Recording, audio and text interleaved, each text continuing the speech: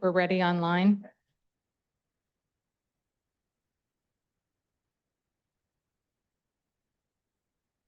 Good evening. It is 6:30 p.m. Members of council are assembled. When you're ready to begin. Thank you very much. Good evening, everyone. I'd like to call to order this meeting of Saugeen Shores Council for Monday, April 13th, 2026. Welcome all members, everyone in the gallery, and everyone watching by the live stream. We're glad everybody's with us. The second item on the agenda is the land acknowledgement, and we'll turn that to Councillor Duhaime. We acknowledge that we're meeting on the traditional lands and treaty territory of the Saugeen Ojibwe Nation, which consists of the Chippewas of Saugeen and the Chippewas of Nawash unceded First Nation. We understand this land holds immense significance to the people of Saugeen Ojibwe Nation. We appreciate those who live and work alongside us today and who continue the traditions of their ancestors. As stewards of the land we are privileged to inhabit, we thank them for their contributions that they have made in both caring for the land and in shaping this community. We commit to truth and reconciliation, to acknowledging the truth about what happened to Indigenous people because of colonization, and to reconciliation, which begins with each and every one of us. As a local government and public organization, we are dedicated to learning about Indigenous culture, to fostering a better relationship with First Nations and their people, and we commit ourselves to actions that move us forward on a path to healing along with the Saugeen Ojibwe Nation. Thank you very much. Third item on the agenda is disclosure of pecuniary interest. Any member have one of those you'd like to declare at this time? Seeing none, of course, you can do that anytime if you need to. No additions, deletions, or amendments. So we're on to adoption of the minutes, a resolution that council adopt the minutes of the regular council meeting of March 16, 2026 and March 23rd, 2026 as presented. Moved by the Vice Deputy Mayor, seconded by Councillor Grace. Is there any questions or comments of those minutes? Seeing none, all in favor? That is carried. Thank you. All right, so now we're down to delegations. We have one delegation this evening. It's from Fred Kuntz, the chair of the Board of Directors of the Southampton Arts Centre, with respect to the Southampton Arts Centre annual financial update. And just remind you, Fred, that council's allotted 10 minutes for our delegation, so we appreciate it if you'd keep to that timeline. With that, the floor is yours. Oh. Sorry, just give us one sec, Fred. We're just, can we get the screen to work, please? Are we having some issues? I don't think we need to wait. I think we'll go ahead with the delegation. So when you're ready, Fred, take it away.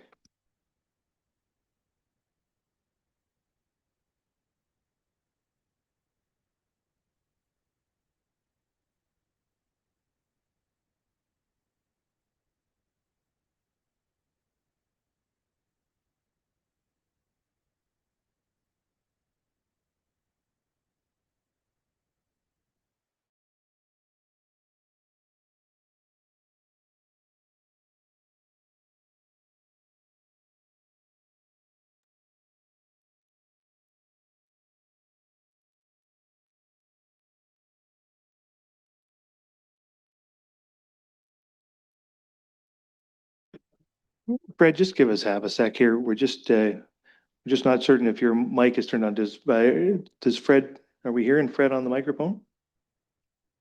Sorry about this, Fred. Hate to create issues for you. Better now? That's better. Sorry about that, Fred. Go carry on. No problem. So there's our new logo, new signage coming. Okay, on to, and now I do have this, it's showing green, and I'm going to press next slide. I'm not sure where to point, but it's not. So I'll ask Haley if she could just advance to the next slide.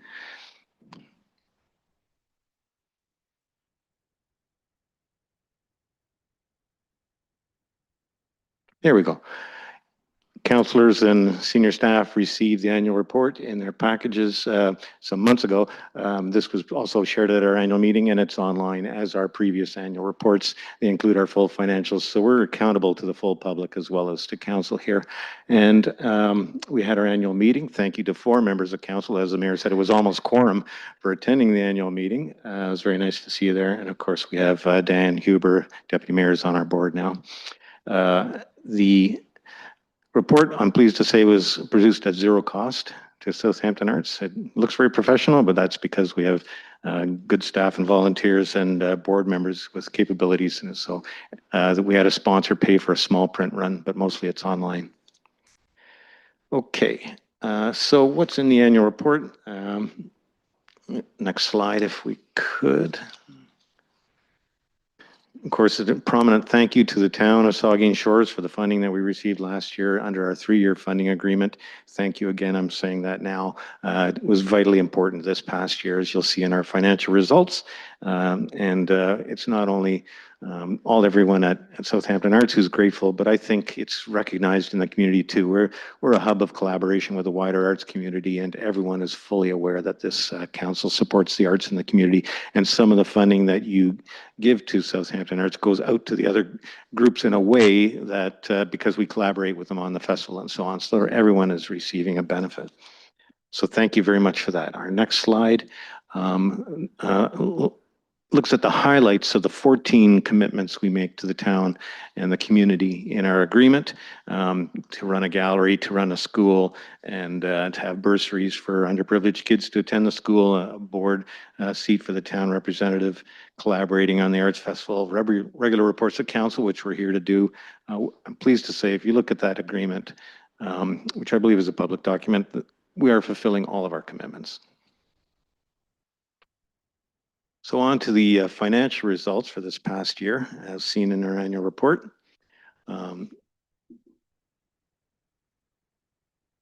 Next slide. It's a roller coaster year, I have to say, because the very important and beautiful work that was done on High Street did affect traffic and visitors. So the art school attendance and the gallery visitors were down significantly in the summer. But I'm pleased to say that the gallery rebounded fully by the end of the year because of our very strong Christmas market. We did exceptionally well and pretty much double what we did prior year at the Christmas market. So if that happens again this year, we'll be in good shape. So very happy with that. And as you can see, we also get funding from a lot of other sources, not only the revenues through the school and the gallery, but also donors, sponsors, members, grants. I didn't lay out all the detail of that, but it's more of those other sources than we get from the town, just showing you that we're not relying solely on the town, but working very hard to get all the sources that we can of revenue. So we broke even, which we wouldn't have done without the town funding. It should probably look a little lower than that because we got our rent bill from the town at the very end of the year and paid it in January, too late to include in last year's results. So we'll have a double rent bill this year, but it's still a very good bottom line. So that was reassuring because as our newest board member, the deputy mayor, says, we should have a reserve. We can't always count on fat years. And so we hope to build up a small reserve so that in lean years too, we can manage to get through without laying off staff or doing anything drastic. So going to our next page on debt, this has enabled us to reduce our debt. So we built up the debt during the pandemic when the federal government gave us a $60,000 loan. We paid back $40,000, which made it hard to pay our bills in 2024. So we turned to a donor because no bank will lend us money. We have no assets. A donor lent us $25,000 just to keep the lights on. We paid him back 15,000 of that, leaving only 10,000 this year. And because we believe things are going to go well this year, we intend to be debt free by the end of this year. So that is a great positive for all of us. On to the next page. One of the reasons we feel good about this coming year is that school registrations were off to a roaring start in February. I have to give credit to Darlene and her staff. They built in some early bird incentives. They did a great job on social media and distributing the course calendar to the schools and online. And so this really gave us a running start to our revenue base this year. So we've got some money in the bank, and there's still lots of room available in all those courses. If you know people who want to take courses, some children's courses are sold out. Adult courses and children's courses will have plenty of seats available still for this coming summer. On to other plans for this year. In our gallery, we used to, we have 30 to 40 artists who contract with us all year round and are on display all the time. And then we also have feature exhibits. Which on the next slide, I did a little sampling. We can't list them all because we used to have 9 feature exhibits a year. We've doubled that to 18. They all still go for 3 weeks each, but we're now using the hallway as well as one of the 3 main rooms for rotating exhibits. So that gives us lots of special things to see. So if you go in every 3 weeks, you'll always see new art from new artists. The 30 to 40 who are all year round are pretty much local.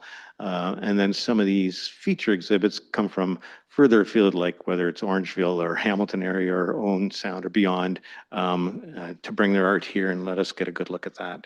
And of course, we benefit from those sales too.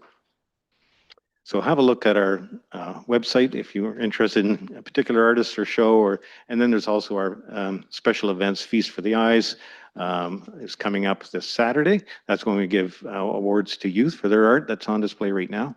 And 50 little masterpieces during the festival weekend. Our gratitude gala in September to thank everybody who helps us in our Christmas market are just some of the highlights coming up. And then a look at the festival in its second year this year. We are giving you a sneak preview because there's a news release coming in the next week or two. We're just finalizing with all of the groups. There's a dozen groups involved, from the museum to the shoreline artists to the town itself with its summer concert series and others. Bruce County Playhouse, historic Saugeen Métis, and the Saugeen First Nation vendors are all back again this year, and others. So it's going to be a great lineup. I don't know if you can get the next slide. There it is. There's a sneak preview, but all the news to come very soon for that festival on the August long weekend, the civic holiday. It's going to be bigger and better. Last year we had 2,000 to 3,000 people. This year we're getting an earlier start on the marketing. We have a formal marketing plan. We're hiring a festival coordinator again on a contract, and we're really going to publicize this and get as many visitors to come to Saugeen Shores as we can who are interested in the arts. And those tend to be affluent, well-educated people who spend money. That's in your own tourism study. It's in other studies too. So we think that'll be good for everybody. And that is my presentation. Happy to take any questions. Thank you very much for that update. Fred, questions or comments from the members, the Vice Deputy Mayor? Yeah, thank you, Mr. Mayor. Thank you for your presentation, Fred. And I just want to thank you personally. I know you spend a considerable amount of time with this organization. Southampton Arts Center is truly a gem in our community. And I just want to thank you and all the volunteers, volunteer board members and other volunteers that help keep this venue operating to the success it is. And, you know, I've long said council is long overdue that we need to be contributing more to the arts. And when you came here, I think it was unanimous. We wanted to support you and help you, move forward in a positive way. And I look at to me, I look at your budget as a turnaround year, and you paid off some debt. You're break even, paying off all of your debt. I think that's a great thing. And so you've really done some great work. I want to commend you on your new logo. I think it's very appealing, very colorful, and just keep up the great work. I just have one question about the 30 to 40 artists that exhibit there, Fred. You said most are local. Could you at some point provide I'm just curious to know, of those 30 to 40 exhibitors, how many of those are right from here in Saugeen Shores versus, Sound or Kincardine or wherever they come from? But do you have that number? Yeah, when I say local, and just before I answer your question, I want to thank you for acknowledging the volunteers in the board. And I was remiss in not introducing Dave Bollingal, the vice chair, and Brenda Rees, secretary, who both put in a lot of time too. And we have a very talented board. I'm glad they're here to support tonight. All of our artists are listed online. So if you go to our website and you go down the menu to our artists, they're all there now. That's a new feature of our website that was just built over the past year. When I say local, I really mean Bruce County and Grey County. It's a sort of a regional thing, but a tremendous number are from Southampton. I could research that, or I'm sure Darlene has all their addresses, or certainly Neve, the gallery coordinator, would have all their addresses. So it's a fair question. I'll find out. I'd just be interested to know, is it 60%, 70%, 80%? Just a general interest. I just wonder how many right from here in Saugeen Shores would be nice to know, and how many are from out of town. But again, thank you for all your great work, and to you, the volunteers, you really provide a wonderful service for our community, for the arts. Thank you. Thank you. Councillor Grace.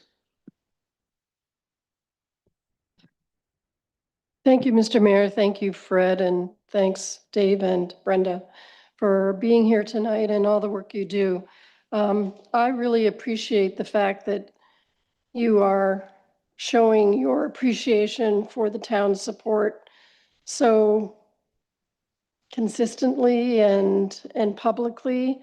It's really important for our taxpayers to see, we're donating money and look what great things this organization is doing with it, and they're being accountable to us and to the taxpayers. So I really appreciate that. And the little page you have advertising the Southampton Arts Festival, that's so appealing. I mean, I think that's going to bring a lot of people in. I was just at we're looking at a tourism collaboration with Saugeen First Nation, and there was an open house on that on Thursday. Jill's saying Thursday is right. There's also just kind of ties in because one of the themes is what attractions are there from both communities for people to come and visit Saugeen Shores and Saugeen First Nation. And of course, there's a very strong arts component there in Saugeen First Nation that you have depicted in this picture of the Southampton Arts Festival. So there is a survey right now on Engage Saugeen Shores about that collaboration. And so that might be something that people would like to, hopefully people will go on and check it out as well. Thanks. Thank you. Thank you. Further questions or comments? Councillor Halpin. Thank you, Mayor, and through you, get to my notes here. People often talk about maintaining the cultural heritage of Saugeen Shores, and often they refer that to buildings and landmarks and stuff. But I believe that the Southampton Arts Centre is in the forefront of preserving and maintaining cultural heritage in Saugeen Shores. And so I just want to thank you for your diligent financial work, but more importantly, thank you for all that you do culturally for our community. Saugeen Shores is a richer place because of what you guys do. So thank you for everything you do. Thank you. Thank you. Further comments, questions from the members?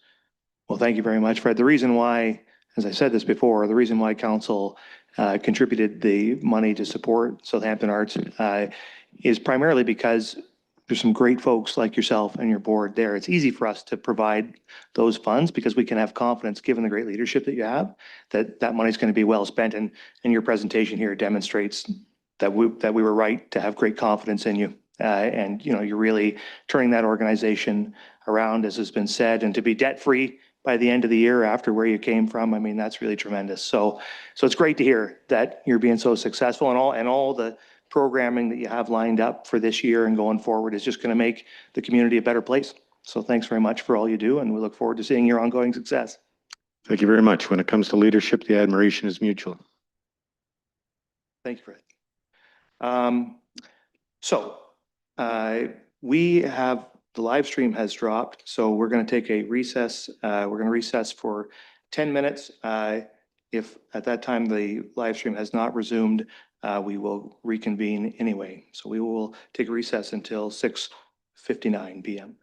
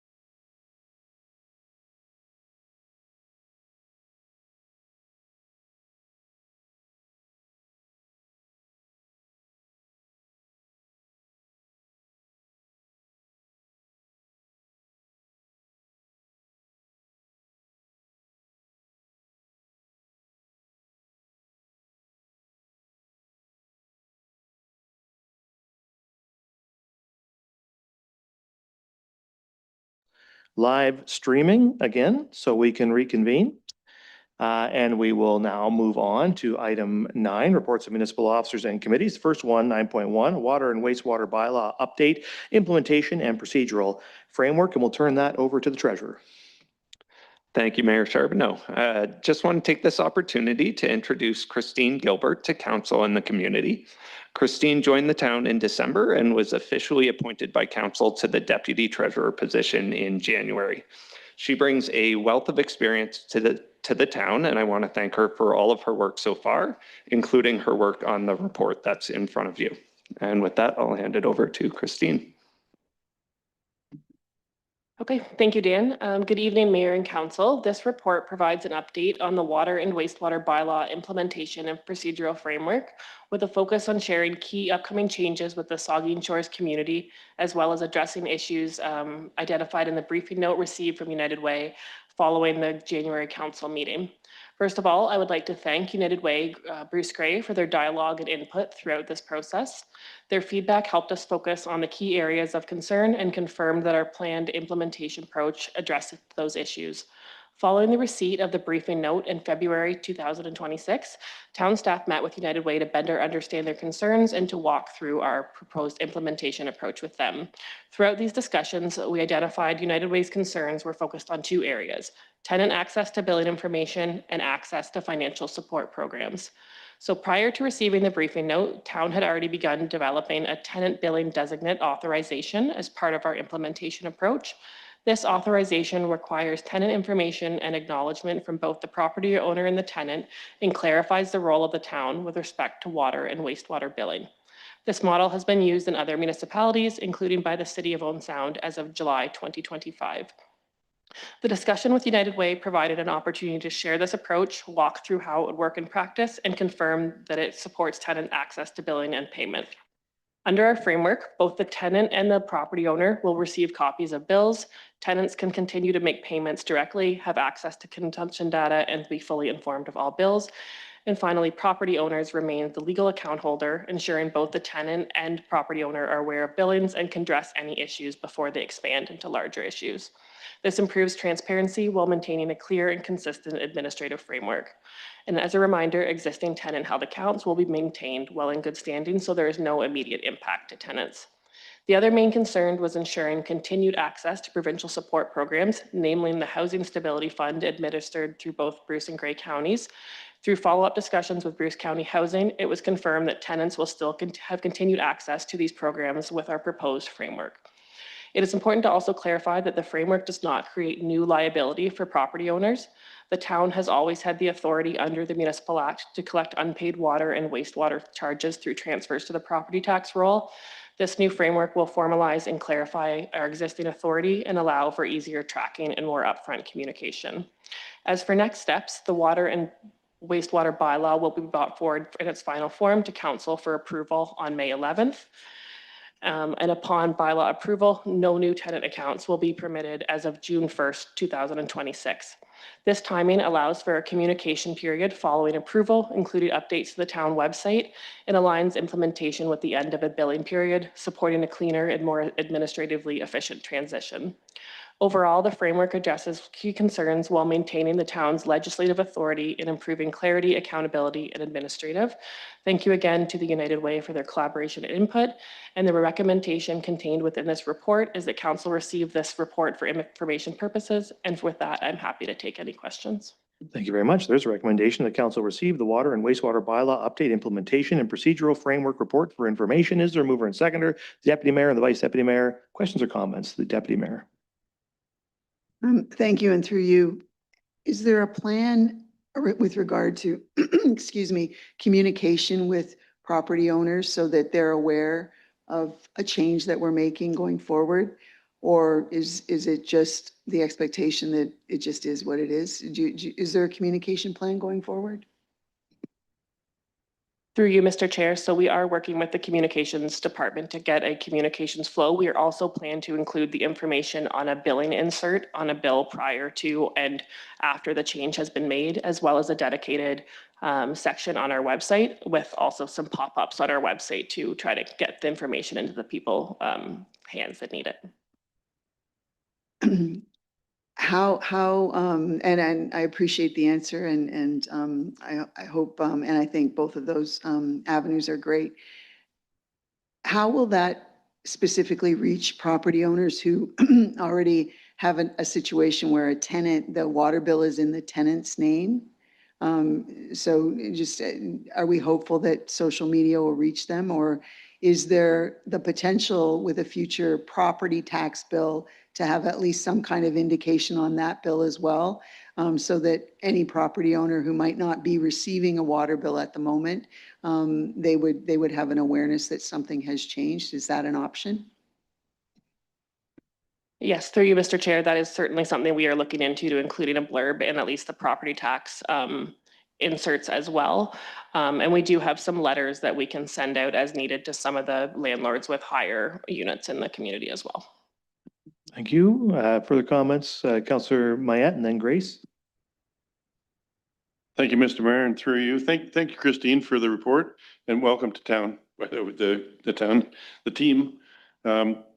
Yeah, I sit on the United Way board, and I've had the opportunity to speak with Francesca, our executive director, about this, and certainly there are some positives coming out of this. That certainly it relieves the town of a great deal of collection problems that they've had over the years traditionally. And it transfers those issues to the landlords.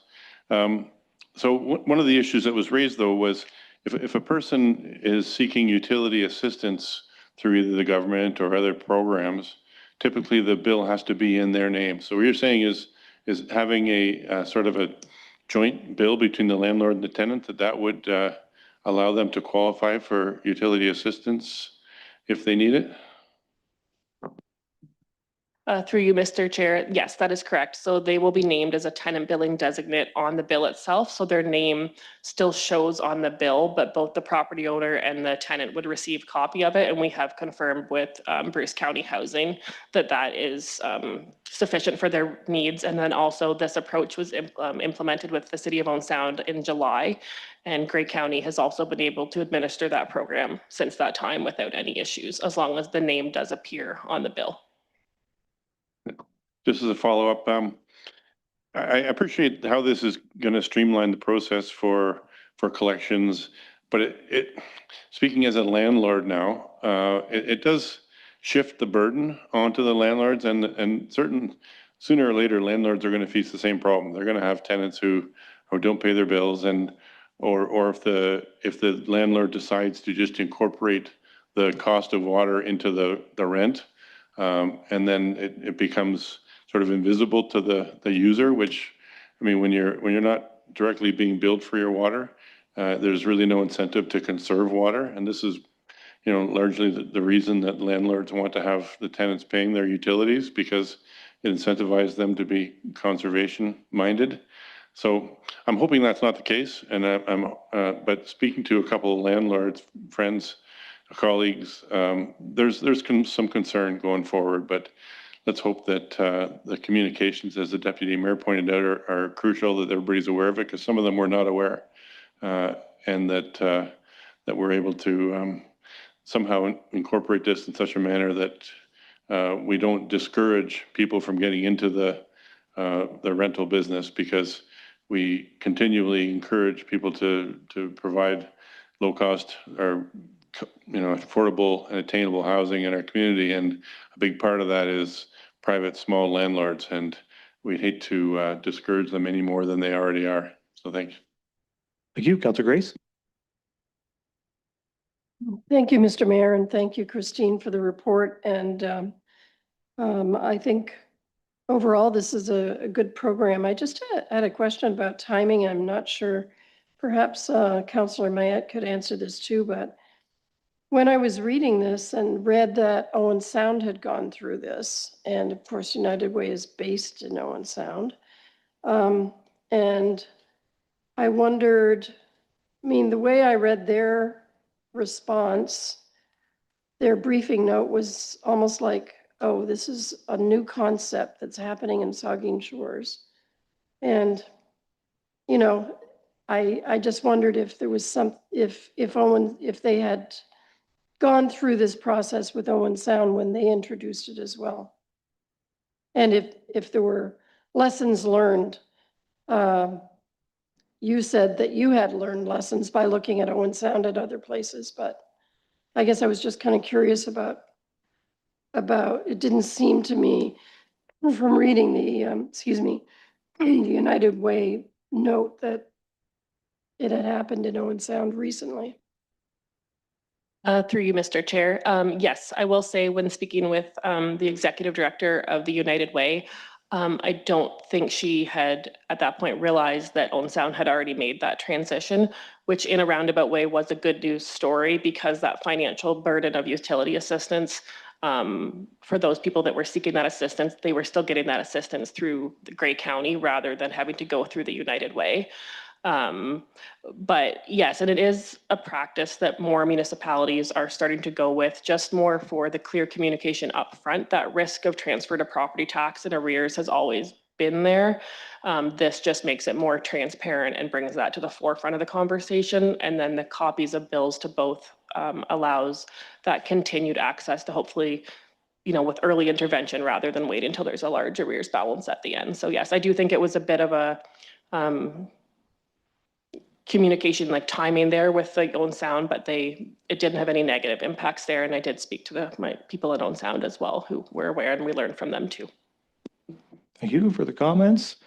I just think it's a great initiative just because of, on the basis of what you just said there at the end. This reduces the surprise that can often happen when a landlord ends up, is allowing their tenant or has their tenant paying for water. And then after several months or years in some cases of arrears, suddenly this huge bill shows up, which the landlord, as you noted, is responsible for in reality. And so I think, although I appreciate Councillor Mayette's comments and we definitely want to walk a line that doesn't make it too hard on landlords, but I really think this is better for landlords in the end. It gives them open and transparent view of what's happening with their own property and make sure that they know and make sure that bill's getting paid so they don't get a huge bill at some point. So I think it's positive. And I also wanted to say thank you for your engagement with the United Way on this. I know they wrote us that letter and we're quite concerned, and through your engagement, I think you provided some great reassurance, and it helped us to learn from the United Way what those concerns are to make sure our policy is robust as possible. You were open to that. Our staff was, and you had a great exchange there, which I think has left everybody feeling good about what we're doing here. So, so that's great. I appreciate it very much. So you've heard the resolution. I'll ask all in favor. That is carried. Thank you. So now we're on to 9.2, the administrative compliance system and the fire chief. Thank you, Your Worship. First of all, before I start, I just would like to take the opportunity to thank the individuals that helped with this. This is truly a interdivision, interdepartment, there was no silos here. So I would like to take the opportunity to thank Tammy Grove, Darren Hill, Josh Plants, Elena Shaw, and Rob Atkinson for all the help that they gave to put this together. On August 11th, 2025, Council approved the Administrative Monetary Penalty System, or AMPS, or the Administrative Compliance System, pilot program intended to facilitate the issuance, review, and resolution of minor bylaw infractions without recourse to formal court proceedings and associated expenses. Council at the time authorized administrative penalties for specific town bylaws as part of the pilot related to property standards and offenses designated under the Fire Protection and Prevention Act as determined by the Ontario Fire Marshal. So in order to advance the program, we wrote the draft bylaw for AMPS. We've created a draft bylaw for a hearing officer that will have to go to the striking committee and come back to council for approval, and an update to the Clean Yards bylaw to be included in the AMPS program. I'd be more than happy to take any questions that council has. Thank you. So there is a resolution that council adopt bylaw 34-2026, a bylaw to establish an administrative monetary penalty system in the town of Saugeen Shores, and the council adopt bylaw 33-2026, a bylaw to amend bylaw 89-2023, the Clean Yards bylaw. Is there a mover and seconder? Moved by Grace, seconded by help and discussion. Councillor Grace, and then Helpin. Thank you, Mr. Mayor. Excuse me, I just wanted to ask the chief about something, and I sent him already, but other people may have had the same question.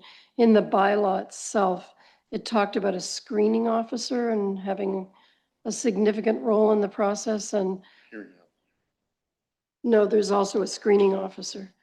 So I wondered if Ed, if you could just tell us about the screening officer and how the screening officer is appointed or chosen or whatever. Thanks. Through you, Mr. Mayor, the screening officer is sort of the first avenue that if there is a dispute over the reason for the infraction notice, the screening officer hears the reasoning.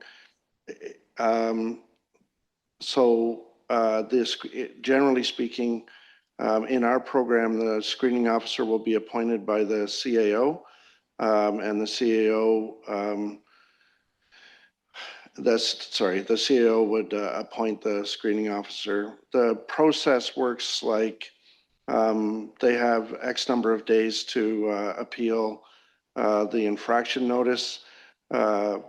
If once that's done, then the screening officer can hear personally or online, depending on the choice of the individual. They hear they say their piece.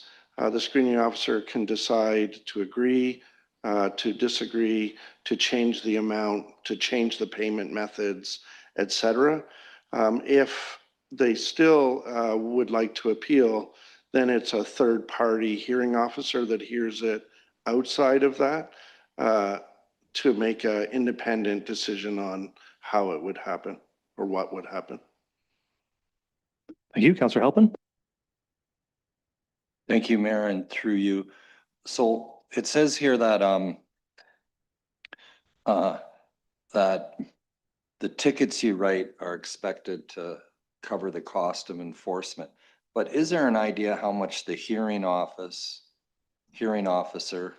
the tracking, and now the screening officer are going to cost? Because those are three costs that on top of the enforcement.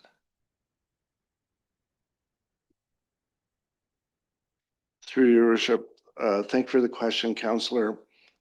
We have in the bylaw a list of administrative costs, et cetera, which we will add onto the bill. Most of them are small in nature. Where it starts to go up a little bit is if you hire we schedule the hearing officer for a hearing and they don't show up. So the costs are estimated to be picked up. That's why this is a pilot. In the report, it speaks about we'll bring financial data to council at the end of the pilot in 2027 to discuss the fact, did we cover our costs, did we not? The costs that we have in the bylaw and at the table we believe will cover the costs that are created out of it.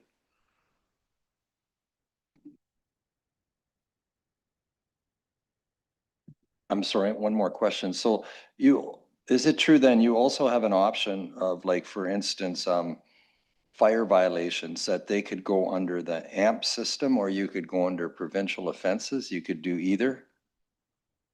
And I guess my question is, would you do both, or would you use one system, or just wondering how exactly that would work?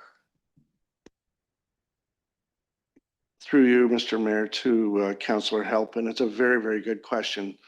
Typically speaking, AMPS was designed and put into the Municipal Act so that municipalities could recover funds for non-provincial offenses, basically their bylaws.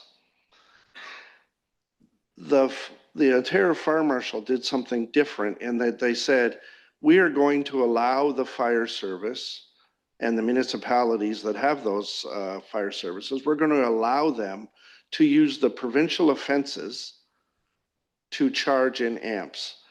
And the reason is so that 100% of the funds will be recoverable by the municipality. Where if we go through the Ontario offenses, a very small portion comes back to the municipality to recover those funds. So it is the only one that doesn't require like a clean yards bylaw per se. We're running right out of the Fire Protection, Prevention and Protection Act and the fire code to be able to pull our wording and our articles to charge so that we can recover all of the money. Okay, thank you. Okay, Councillor Davinsky and then the deputy mayor. Thank you very much, your Mayor, and through you. In regards to the hearing officer, if the town, I think I read here somewhere that if the town is to remain detached from this particular position, if that's the case, then who makes the recommendation on possible candidates, which I assume would be local candidates?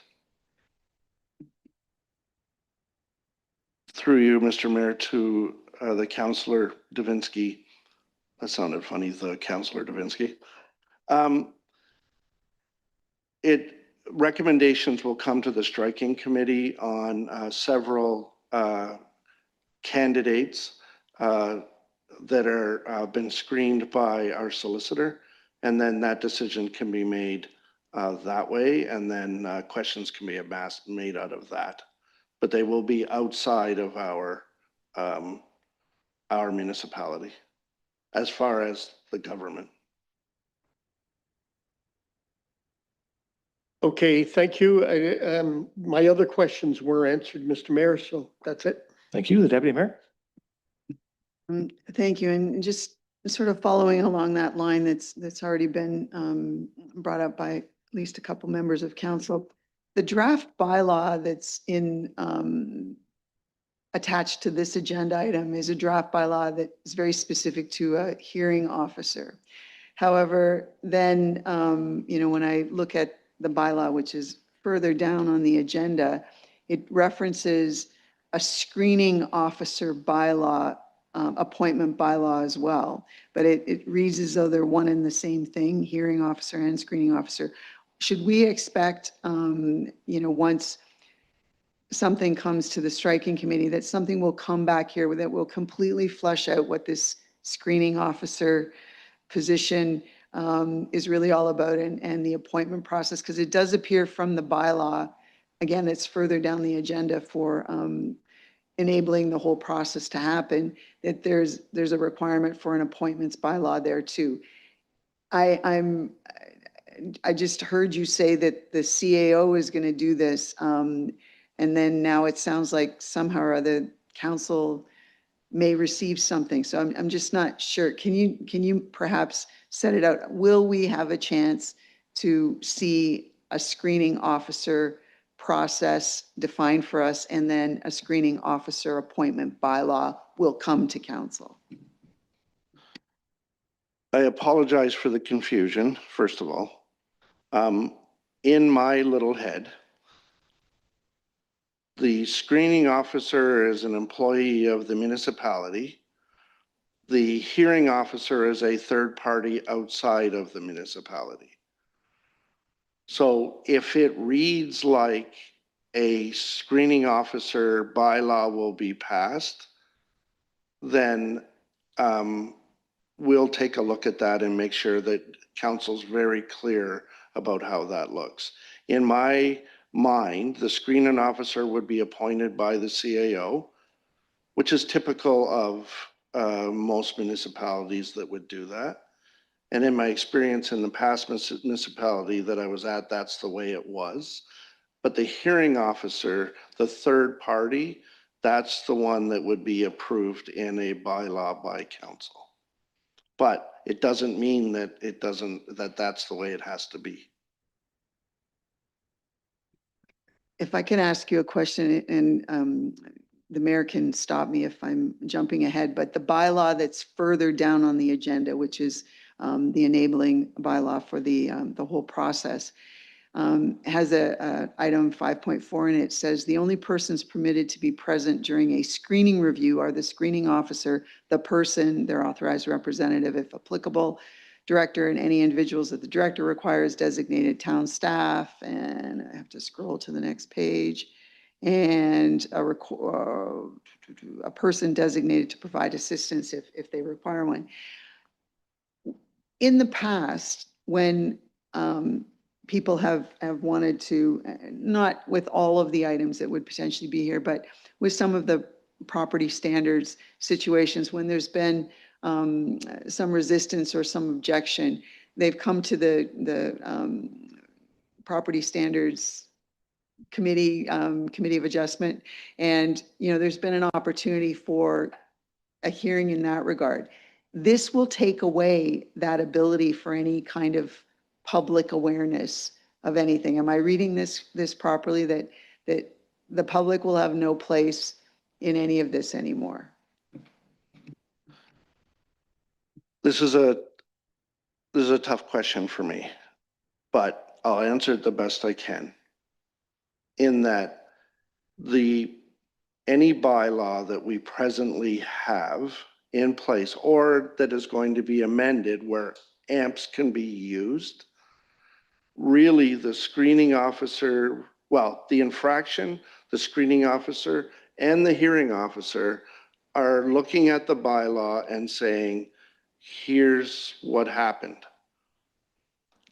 So I'm unsure of the other side of it, but if whatever occurred, that's why it's a pilot and we've picked very localized, like there's 255 fires, related ones.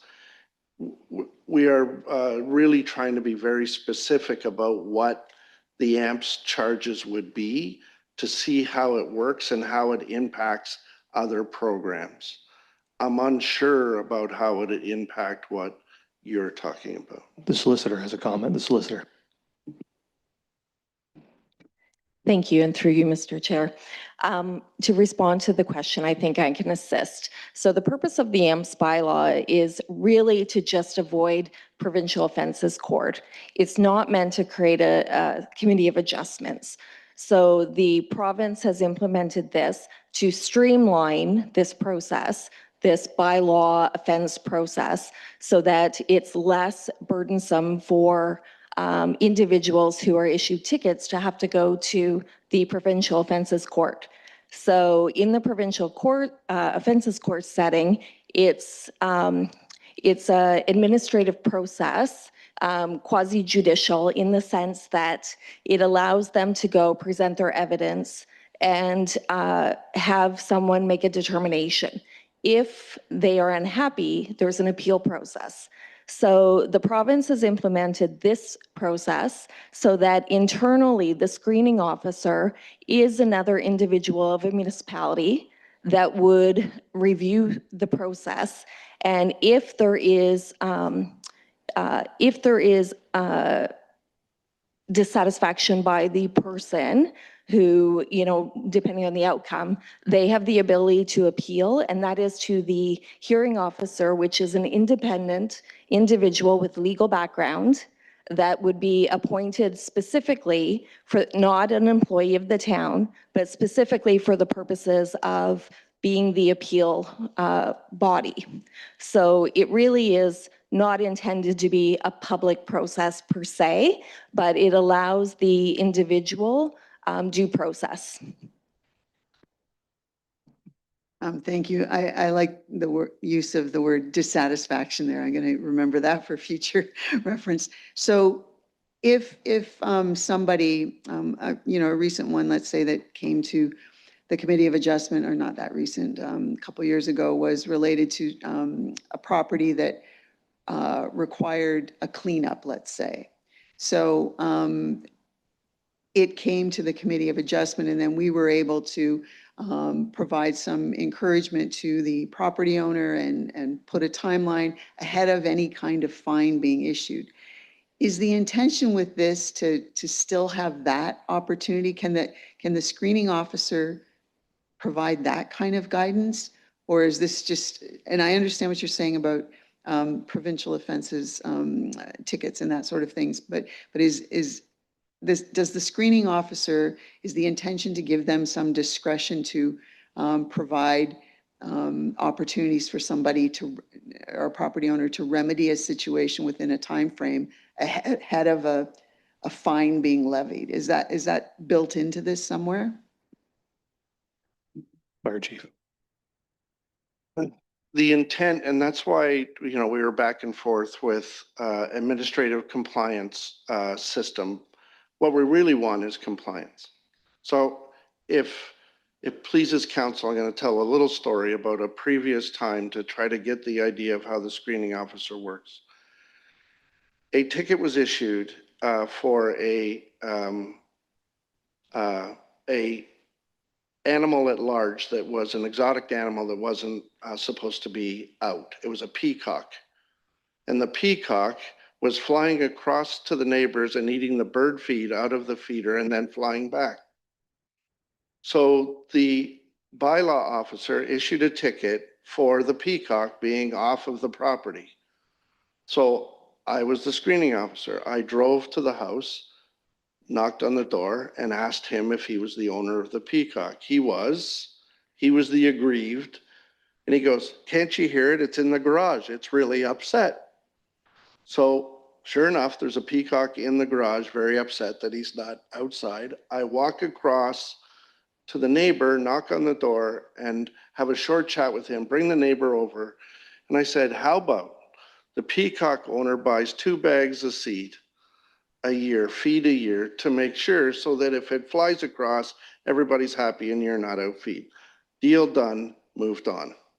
So the screening officer, I think, has the ability to do whatever needs to be done to gain compliance. When it gets to the hearing officer, it isn't like that. The bylaw says this, this is this. So that's the intent of it being within the municipality and within the hearing officer to be within the corporate structure, because really all we want is compliance. The solicitor's going to tell us how things are going to go for the peacock in court. The solicitor. Through you, Mr. Mayor, sorry for the hesitation, and just to follow up with Ed's comments, just referring to section 5.8 of the administrative penalties bylaw, it does deal with the decision of the screening officer and indicates that the screening officer may affirm the administrative penalty or may cancel, vary, or extend the time for payment. And then there's a list of on the following grounds, and it sets that out. So there is that opportunity for some flexibility by the screening officer. Okay, I got Councillor Mayette next, and then we'll come back. Thank you, Mr. Mayor. Through you. I'm confusing the screening officer and the bylaw officer. Are they the same thing? Are they the same person? No, because, and I'm looking at this list of 250 257 potential infractions. And so I'm thinking the owner of a property, it's a pretty onerous list to have to go through and potentially comply with all these things. And when you're putting a $200 bill on each one, it adds up pretty quick. So, and then I'm hearing now that you can basically issue a warning, or you can rectify the situation. If the person decides to put up to require smoke detectors, then you let them off. They don't get fined. Or if they put the proper door closers or whatever the case may be, they can get off. So that doesn't relate to the self-funding nature of this. So we're going to have a screening officer, which to me sounds like a bylaw officer, on payroll, somebody who people can call and complain to, and then they can go out there and rectify the situation. I'm just confused as to how it's all going to be self-funding.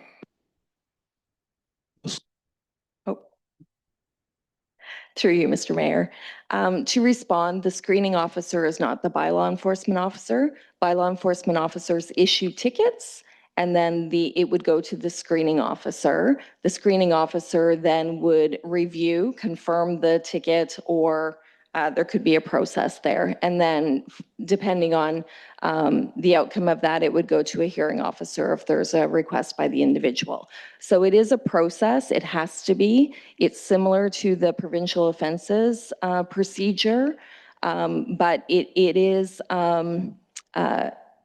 necessary to have that tiered or layered approach. The screening officer, however, is not a separate position. It's a position that is potentially already existing. So individual staff person may assume that responsibility. Not necessarily the municipal solicitor, as the town may want the municipal solicitor to respond to on their behalf. Okay, we'll come over back to, I think, Halpin and then Davinsky. Thank you, Mayor, and through you. I had the same question as my colleague about the difference between the screening officer and a bylaw officer. But a screening officer, when you say it could be someone on staff, does that mean it's not a new hire? Or is that an additional employee? Or how does that fit in? Fire chief. Without the CAO being here and without the CAO saying it, I was a fire chief and the director in Fort Erie. I was the screening officer there. I can be the screening officer here, but that's not, I'm not saying I am or I'm not. I'm just saying that it's for when individuals appeal, right? So the process generally, there's going to be not much of an appeal, right? If they appeal, it goes to the screening officer. So the costs generally are covered because appeals, generally speaking, either in this case, the fire prevention officer or the bylaw officer are writing the tickets. And then the screening officer is going to hear the appeals. I would say that the average appeal rate would be somewhere around 10%, to give you an idea, in the past. Okay, thank you. I always think it's wise to do a pilot project and something like this. We all seem to have a lot of questions, and yeah, we try this for a year and then it comes back for us to look at. But thank you for your work on this. Thank you, Councilor Davinsky. Thank you, Mr. Mayor. Apologize. I did have a couple of other questions. I'm back to the hearing officer, though. The appointment, I don't know why I keep losing this, but the appointment is going to be made through going to the steering committee or the striking committee, I apologize, and then we'll return to council for approval. But it was my understanding that the hearing officer was supposed to be detached from the town, and yet we're choosing the person to do it. It's like hiring a consultant and not hearing what you want to hear from a consultant at times. Anyway, that's number one. Maybe I could just clarify. It's very similar to any committee appointment that we would make, right? The screening officer is an employee. This person, this hearing officer will be, we had line fence viewers before, and we still do actually have line fence viewers. It's exactly the same thing as that, right? Where we would appoint somebody to fill a position, council makes the appointment. They don't work for the town. They're an outside person who we appoint to fill a specific function for us. And I suspect that if there were no hearings required, the hearing officer would never come to work, right? So they're not an employee, they're an appointee by this council to fulfill a very specific role.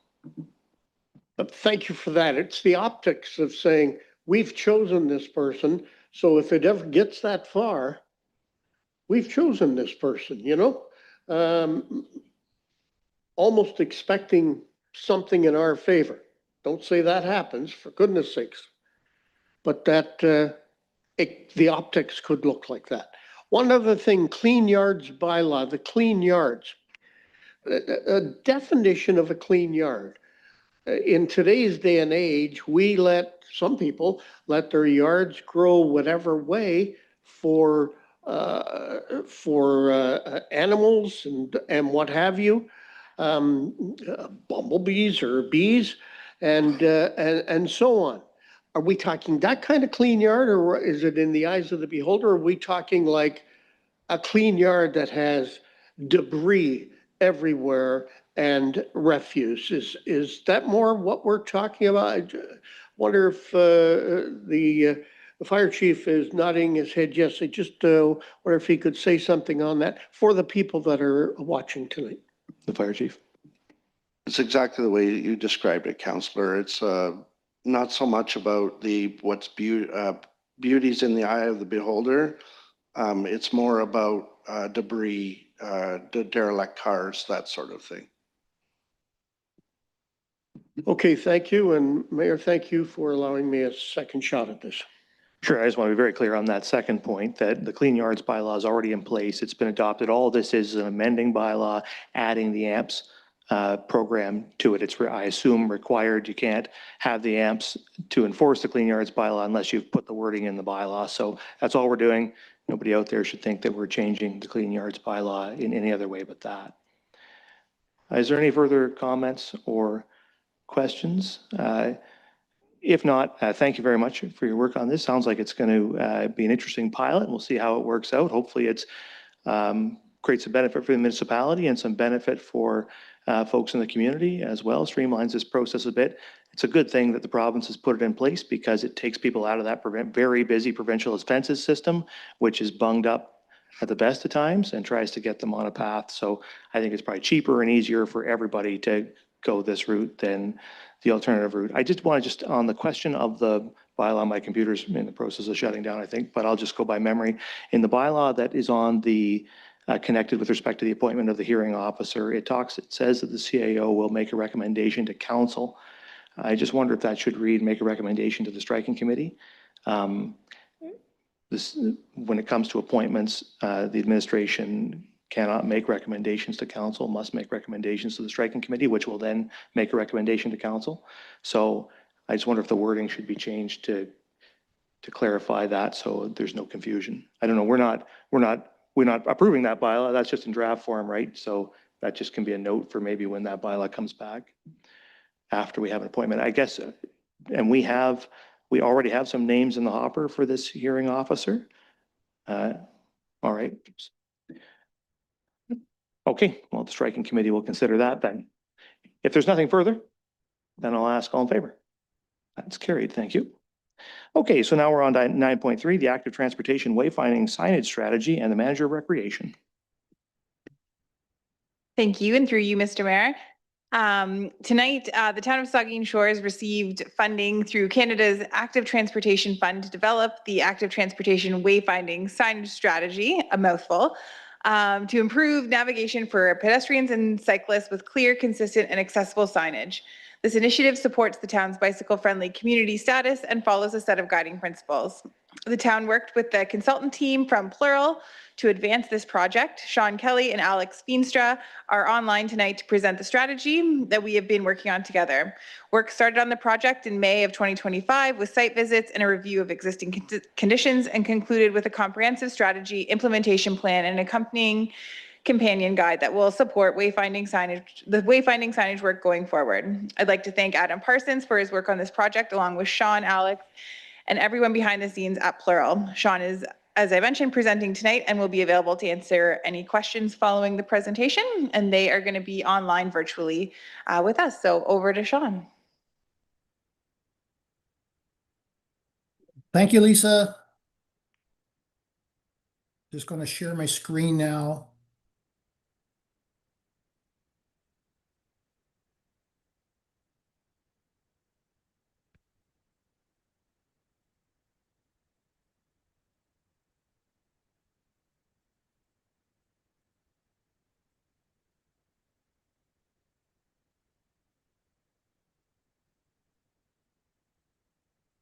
I'm not seeing a share tool popping up. I see my name now.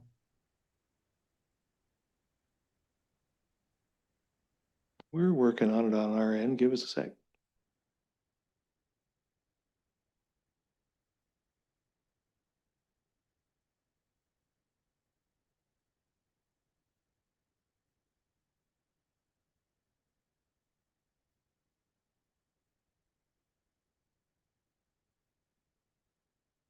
There you go. We see it now.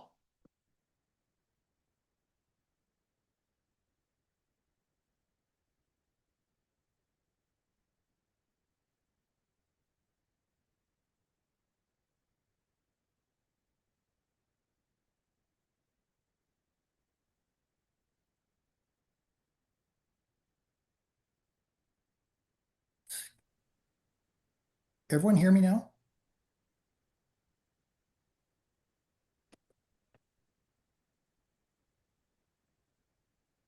Go ahead. Okay.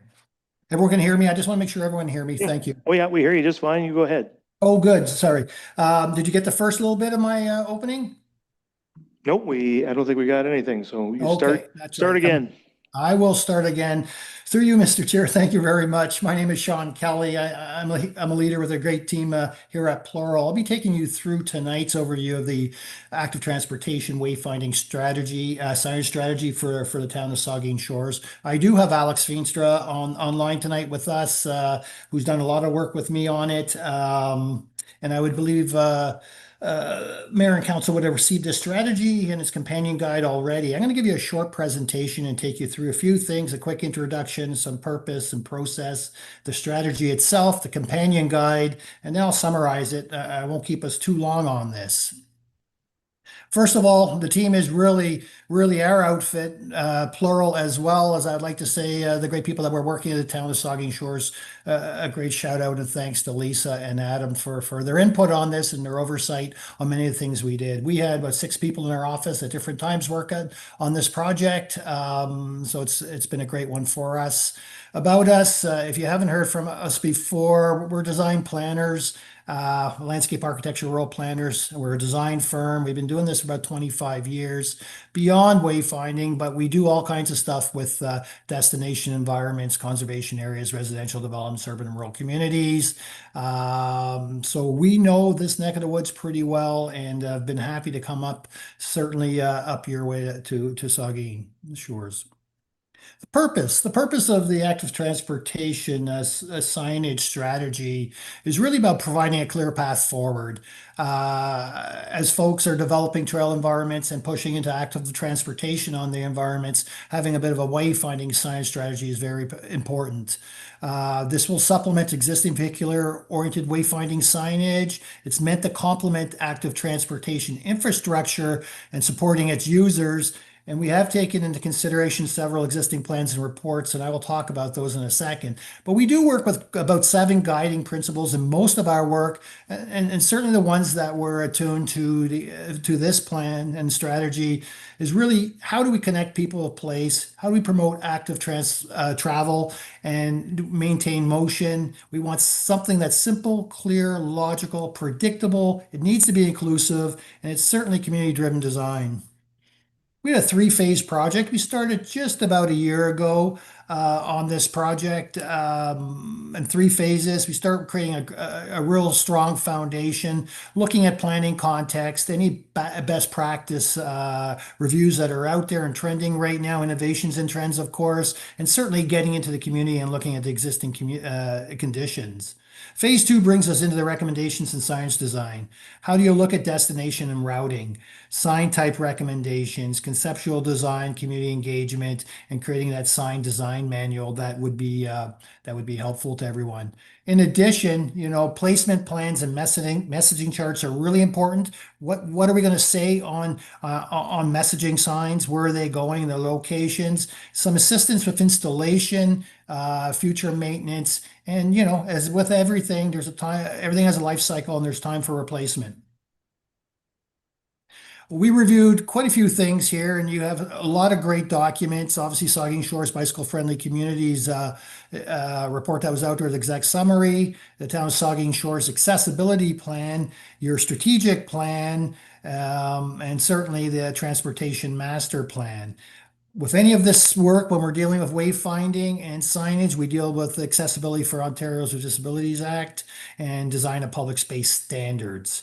Other initiatives, we know up in your neck of the woods, RTO 7 wayfinding signage standards are out there and specifications, and then the Great Lakes Waterfront Trail signage standards. Last May, we were up in your neck of the woods. We take inventory of all the trail environments that we could get on, the Great Lakes Trail, Waterfront Trail signage, the Saugeen Shores Trail signage, RTO 7 vehicular oriented signage. We look at everything, beachfront signage and other regulatory signage. Lots of signs happening out there. But we do notice a few things, obviously with as many science programs that go on and that are out there, I always find it a bit ironic that active transportation oriented signs are usually lacking or fewer. There's a lack of visual consistency amongst a lot of signs, different programs. Obviously, you can understand different hosts and folks that are advocating for signage. When you want to look at the distances between signage, we found few of those may be long and assurance signage may not be in place. Existing trail signage seem to be in pretty good repair, easy to follow. There are gaps, however, in trail signage systems. There's a lack of signage directing visitors to trailheads and route entrances.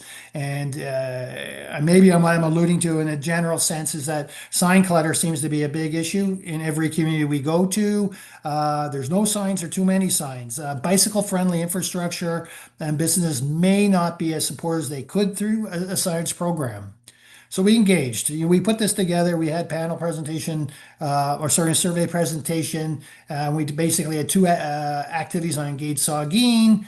We had an online survey, 36 participants in total. And what we were seeking was confirmation on destinations and routing and a preferred signage, directional blade, and header design to build off the RTO 7 piece. We had an interactive activity map as well. We highlight the important elements of active transportation. And again, we just want to have some assurance that we're not overlooking certain destinations, and we want to make sure that we're inclusive of potential routing opportunities. So the strategy is really three pieces for us: the strong foundation and the recommendations being the second one of signage design. And then there's an implementation plan, and it has all the details on how to do this. It's pretty descriptive and involved. The foundations itself, not huge, 18 pages, introduction, the context we're working with in the planning context, looking at the best practice reviews and some of the existing conditions that are out there. The little snippets at the bottom of the screen are the kinds of information that you would get in the document. Recommendations and sign design, getting close to 40 pages there, that started talking about the destination and routing recommendations. Also understanding there's work being done in another study that might inform this, but the sign type recommendations and the conceptual design should be able to serve that.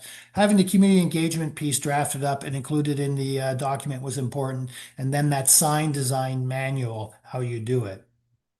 Implementation, taking a little further, the placement plan, identifying where signs are going to be along trail environments was really important, and what goes on the messaging chart. And the little page to the far right, shows you basically you can probably get a few blades or a few pieces of information, lines of information on any one sign, but it tells you the types of messaging, what we're pointing and directing to, where it should go, the location of it. So these are pretty comprehensive, and they pinpoint on every sign location and destination that we show. In addition, we will include the installation guide, the more detailed piece, and maintenance plan and replacement guide with that.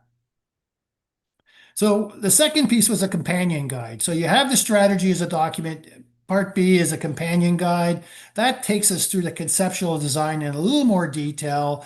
We didn't feel it was necessary to include in the strategy itself, but just have the side piece to go with it. It speaks a little more about community engagement and what we were seeking there, and then a sign design manual.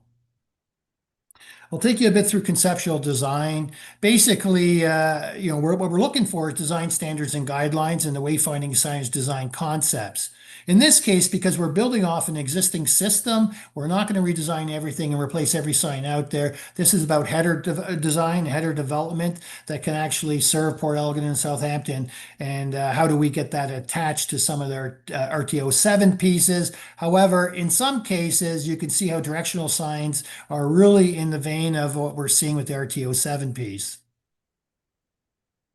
Community engagement, we had about 3 pages just encapsulating and providing information to make sure that, the community was heard and we heard what they had.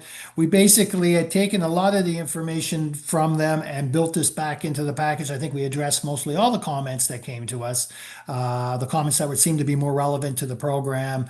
And we looked at what was preferred, certainly by the community, for the signage concepts.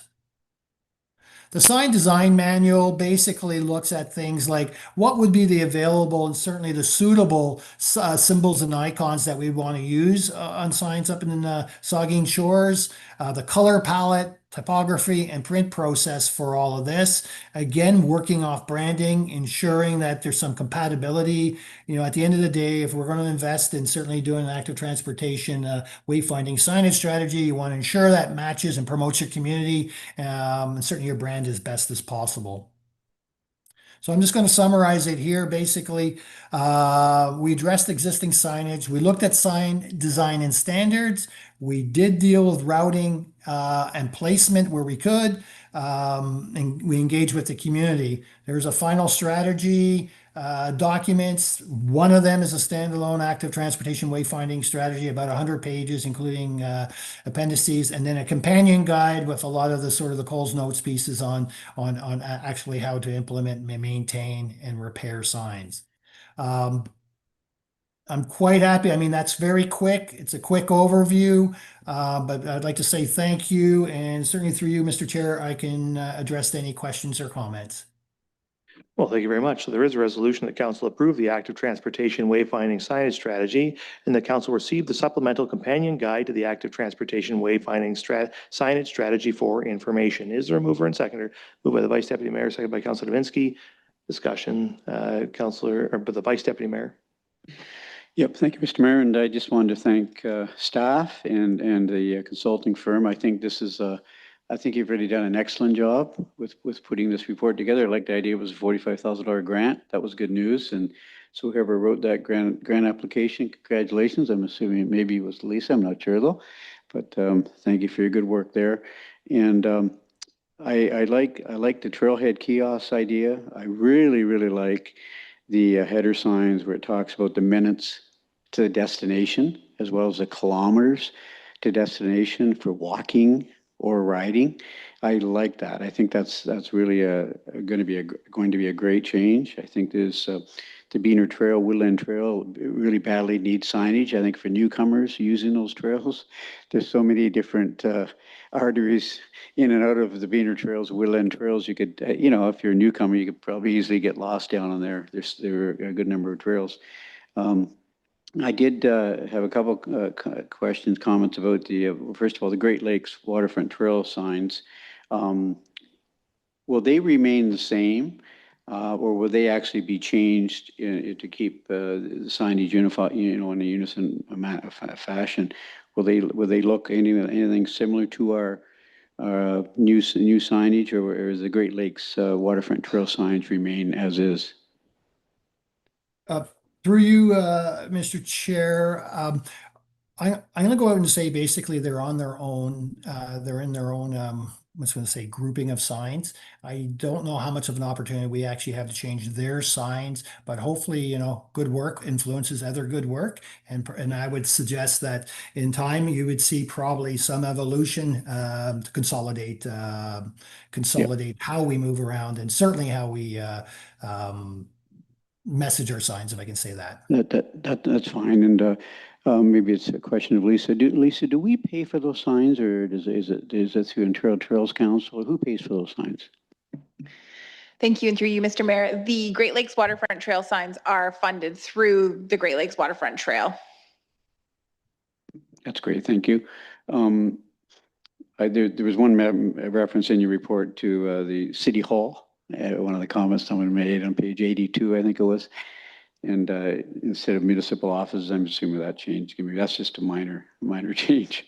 But the other thing I wanted to mention was that, the preferred sign was 2A, and I like that. I think like we've got Port Algon, Southampton, and then you have Saugeen Shores on the side. I think that preferred is, I think that's what 40% of the population requested, and I think that's a good preferred sign. I hope we go with that. Could you speak to council about Saugeen Township? And I know it's difficult. Throughout the report, we got Port Algon and Southampton well covered, but we do have the Saugeen River, we have Saugeen Rail Trail, we have lots of things in Saugeen Township. And was it hard to identify that? I think when people coming into town, they maybe think they're in Port Algon or Southampton, obviously.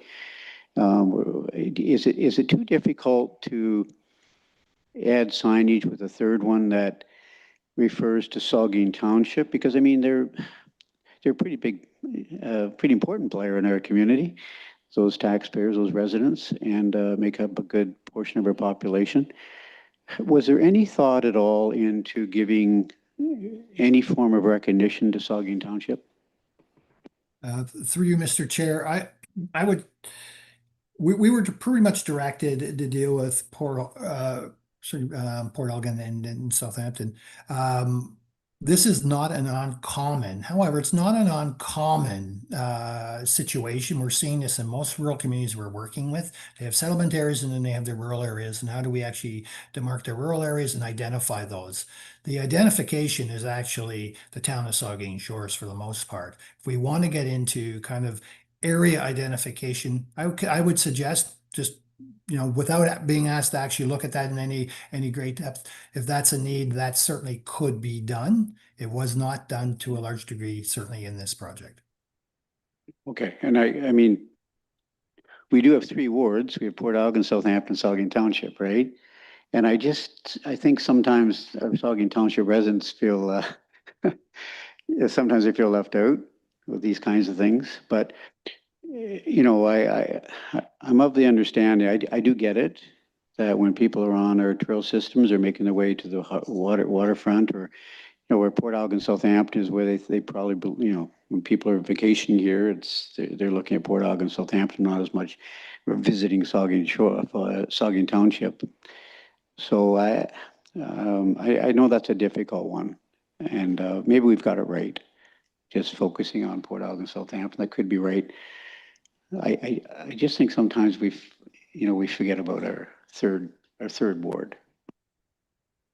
Okay, I got the deputy mayor and then Councilor Grace. Thank you, and through you.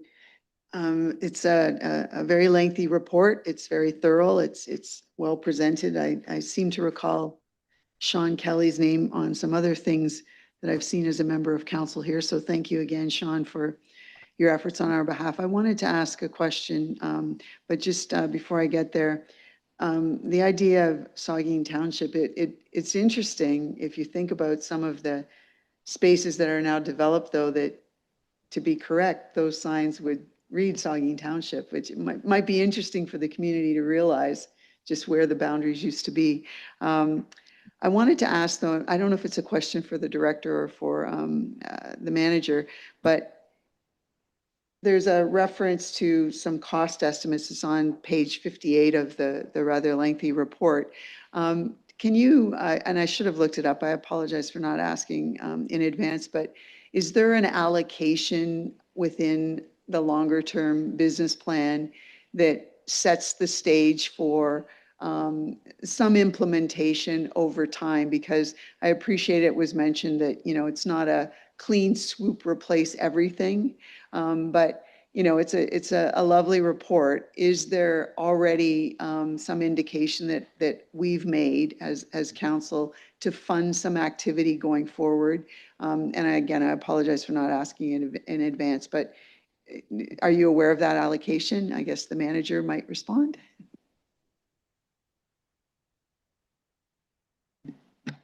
There we go. Thank you, and through you, Mr. Mayor. Yes, we have considered, council may recall a couple of years back, they actually increased a programming budget related to bike programming when the bicycle-friendly community ad hoc committee presented their final report.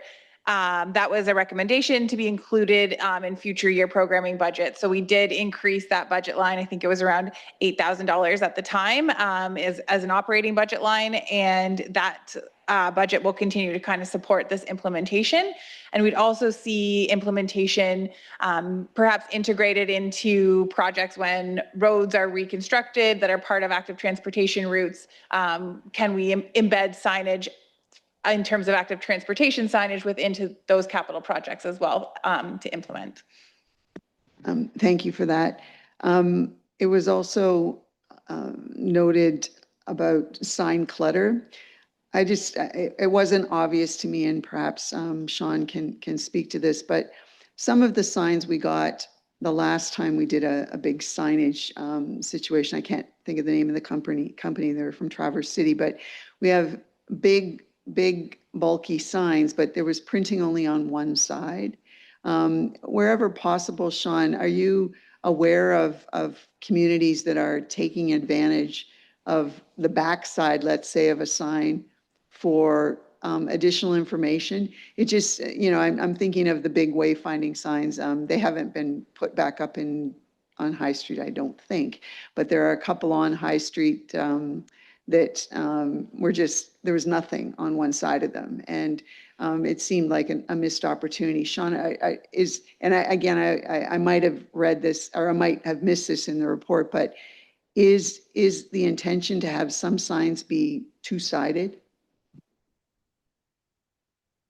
Through you, Mr. Chair, that's a very good question. It is actually a trend right now we're seeing with a lot of our signage or certainly wayfinding projects, whether they're active transportation focused or just trails or community wayfinding in general.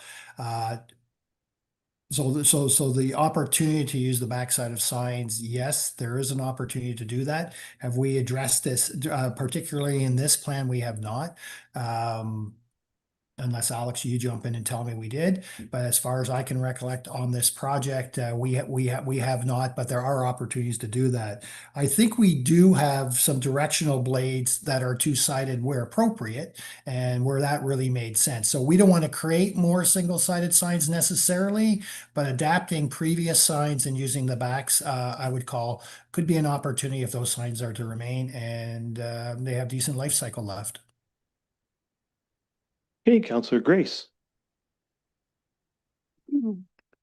Thank you, Mr. Mayor, and thank you to everyone for the report, Sean and team and Lisa. The report is welcome, that's for sure. It's going to be good to get some consistency, which is, I think, a theme of the recommendations, is to have consistency. I do have, I was also glad to see the use of, or proposed use of QR codes and mobile apps. I think that's going to be a very welcome improvement. Just two comments. One regarding wayfinding. I know that at the time when we were talking about improvements in the High Street design, that one of the concerns in terms of parking for merchants in particular is that a number of people, an increasing number of people are coming down High Street and parking and going to the main beach because they're not perhaps aware of the fact that there are other beaches to go to. They see that's the big beach, that's the one they want to go to. And I didn't see in the report a recommendation for a sign to indicate in that location, in that main location of the flag, that there are other beaches in Saugeen Shores. Maybe a map, a sign with all the beaches pointed out would be something we could explore. The other thing, in reading the public comments, which were very interesting, 3 public comments, 3 separate ones, expressed concern about the rail trail crossing. And I was just wondering, I know that our municipal representatives at the Roma conference in 2023 made a representation about the rail trail crossing. And I just wondered if there are any updates from the province on improved safety enhancements. And Lisa, I don't know if you have that, or Dwayne, if we have any updates on that, or Kristen. The Director of Community Services. Thank you for the question, and through you, the last update that I've received, and I can follow up with Rahul in the morning, our manager of engineering. He actually met with our parks manager, Adam, and Rail Trail board members as well last week, just to give them an update. So we did apply for aprons along the crossing, and that was approved in principle. I'll use those words for right now. We also applied for a grant to facilitate that work, and we have not heard, it was through the Active Transportation Grant. We have not heard the results of that application yet or not, but the rail trail is coming to the project with money. If we are successful with the grant, that's wonderful. And if we're not successful, we still might be able to find a way to do that with that partnership. That's great news, because that was one of that's something the rail trail has been willing to fund for years since I was on the board. And we're talking about paved aprons, because one of the issues is people, particularly those in accessibility devices, like an electronic wheelchair or whatever, getting stuck in the loose gravel as they're trying to exit onto the highway. So it's great news that those aprons look like they're going to happen finally. And thank you for applying for the grant, and thanks for having the meeting and keeping on top of this. Thank you, Councillor Halpin. Thank you, Mayor, and through you. Right now, like on Green Street, there's a big sign that says curling club, Main Beach, etc. Would those be classified as a wayfinding sign also, those signs? And I have a second part to that. Are we replacing those signs?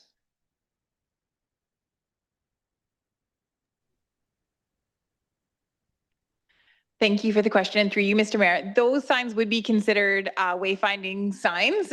They're often used as vehicular wayfinding signage. However, if there are people using those routes for cycling or pedestrian routes, then they also serve that group as well. So there's not an intention to replace those signs that are already existing. We might update them with the informational blade signs that have the walking distances or the cycling distances in time, but there's no intention to completely replace those existing signs. Thank you, through you, Mayor. There's no sense fixing something that isn't broken. Those signs look good. Thank you. I have no further questions. Thank you. We'll get the Vice Deputy Mayor, then Councillor Mann. Thank you, Mr. Mayor. And I don't want to let this go. And I saw this right. You were about to speak there. You wanted to speak earlier. I thought maybe you had your hand up, but Saugeen Township, I really do think it's important to give them some, like there's Denny's Dams in Saugeen Township, Ides Grove is in Saugeen Township, Saugeen Rail Trail portions in Saugeen Township. We've got Woodland Trails from Saugeen Township, the Beaner Trails from Saugeen Township. And I just think that, I think you've done a great job with Port Algon and Southampton, I really do. And I like the color, I think Joe Root, I think we're moving forward with the new color palettes. I think that's all good. So I'm not complaining about this report. I think it's a great report, but I really am very serious about this, Mr. Mayor, and I see the recommendations to approve the wayfinding signage strategy, and I have difficulty with approving it just because of that. And there's so many good things in here. I want to support it. But can we provide staff? I'd like to hear our Director of Community Services comments on this. It wouldn't be really that hard, even if it's 4, 5, or 6 sites were appropriate, were applicable. They could slide in Saugeen Township, where, and I'm talking about like Denny's Dam, for example, is former Saugeen Township. So could you comment on that? Is that something we could do? The Director? Thank you for the question, and through you, Mr. Mayor.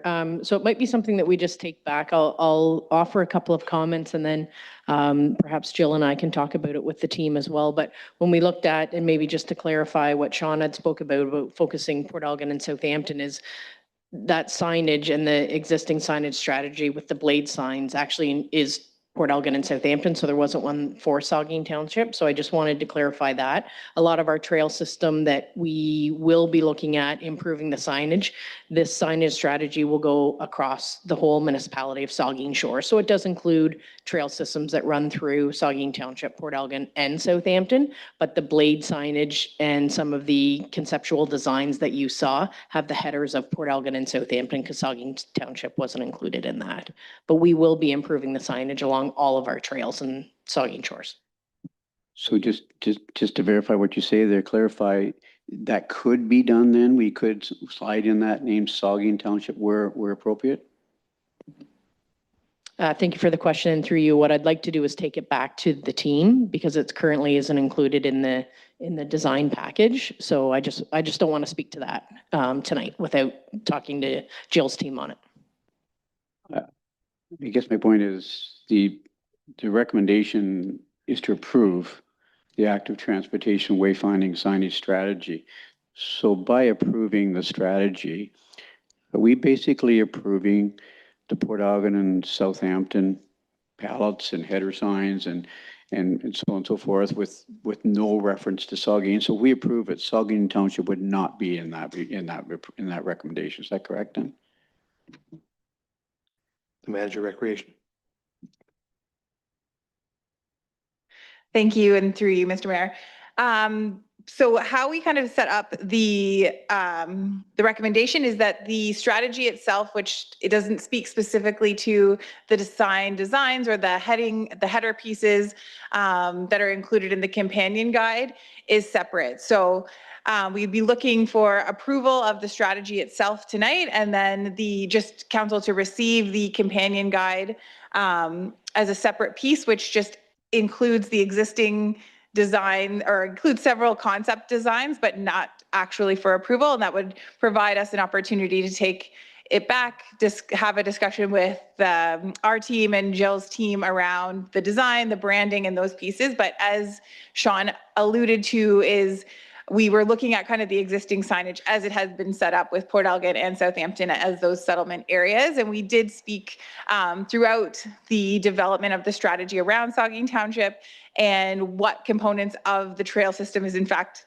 in Saugeen Township, which is a significant amount of the trail system. There are a couple references even where there's kind of this delineation between Port Elgin and Southampton where we've included specific notes to identify that there is Saugeen Township that wraps around these two urban areas, if you will.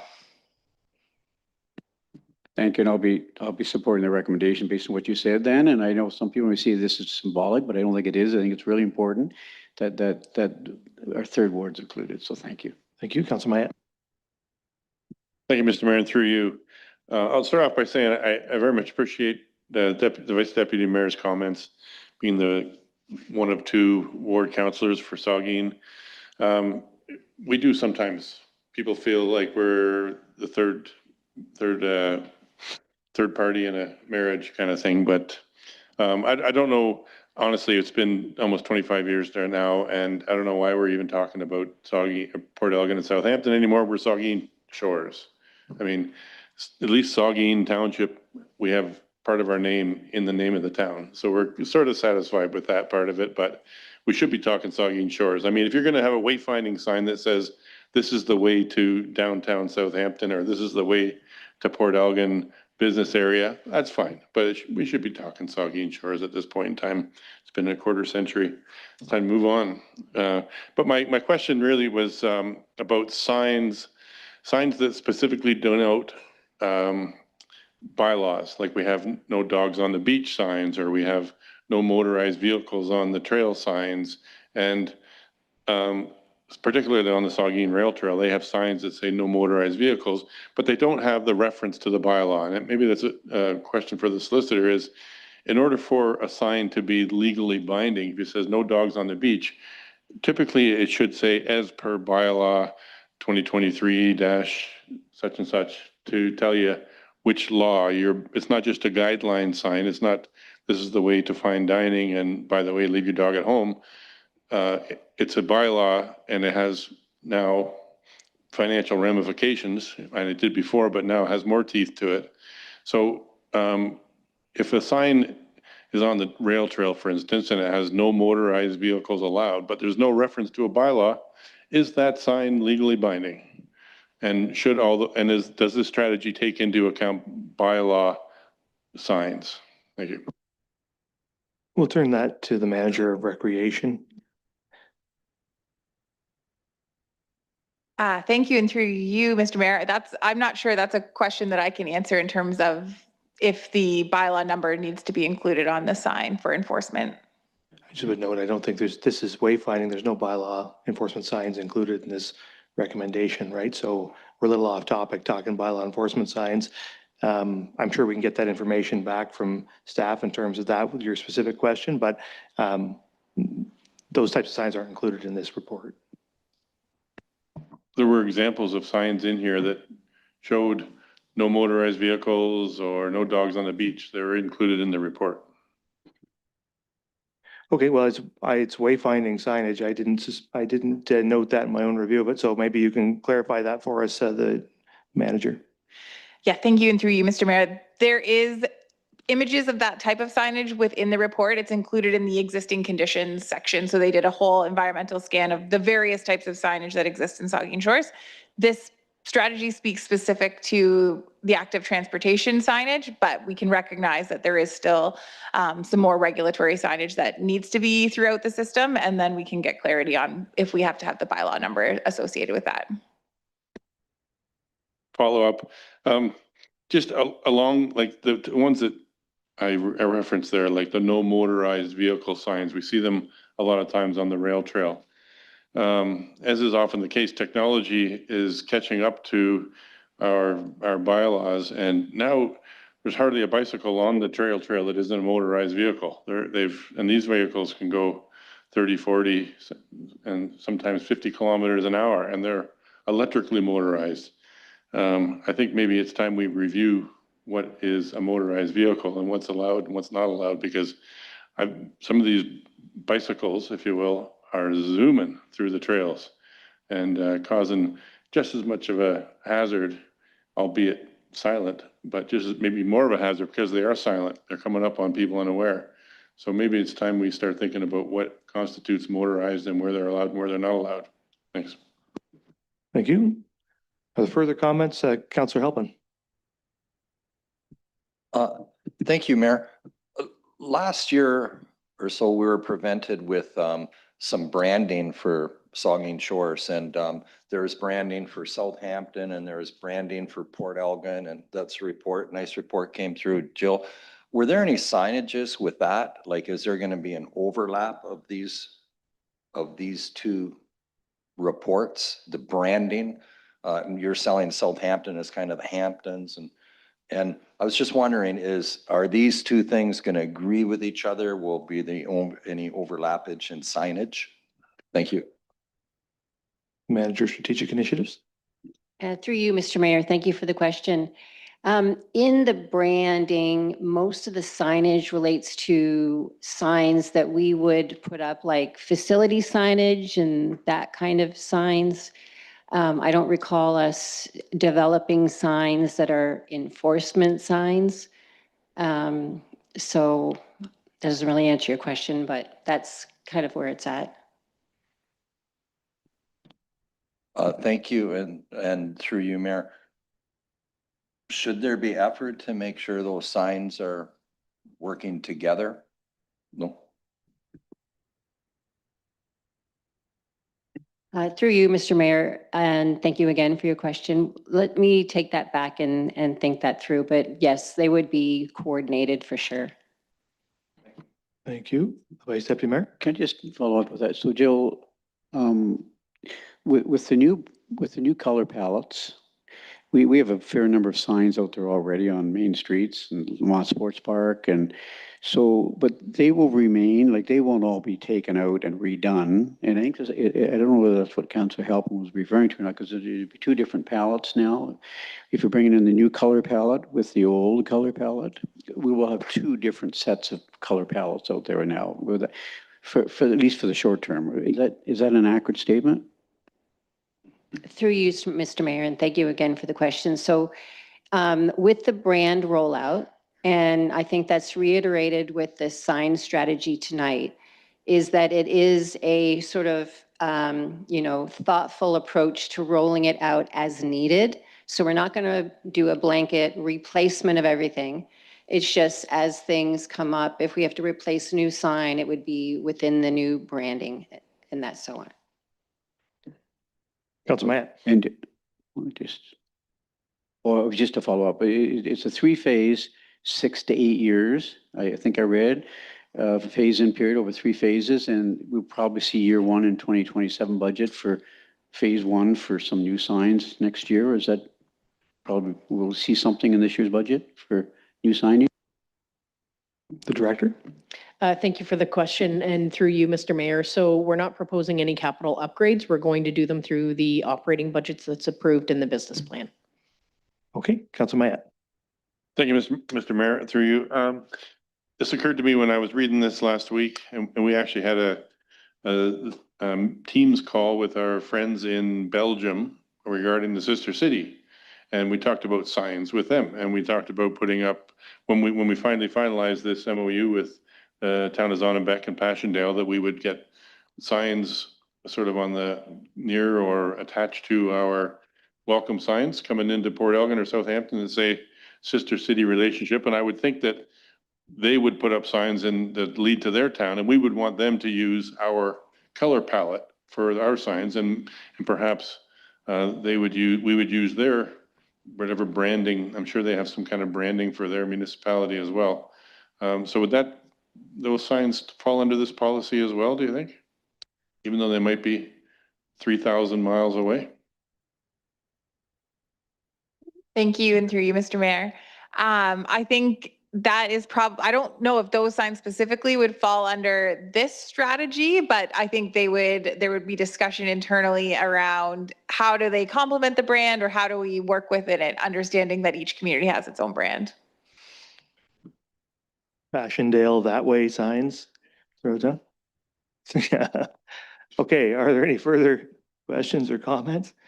Thanks for your work on this, I guess, and it sounds like, I mean, I think the way you've organized this with the companion guide is a good thing, because I think you've heard some concerns around those design elements and the branding pieces and those things, which you can have a chance to look at and go back and revisit with this companion guide, since we're not adopting that this evening. And I think that's important, and some good comments from folks on those things. I guess the one point, because I think identifying not just locations, but there's a few spots sort of missing in the rural parts of the community in here, right? Like some of our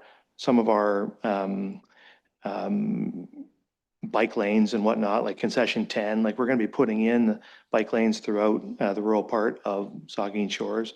And I don't when I look at the list that's in the part we are going to approve here tonight with actual locations and signs where they're going to go, there's only 2 Saugeen Township spots there, and they don't include some of that stuff. So I guess, is there an opportunity after we approve this to add locations because some of that's important wayfinding, all of it's important wayfinding for cyclists and walkers as they make their way throughout rural Saugeen Shores. So will we be able to add those things to those lists, or are we setting that in stone here today?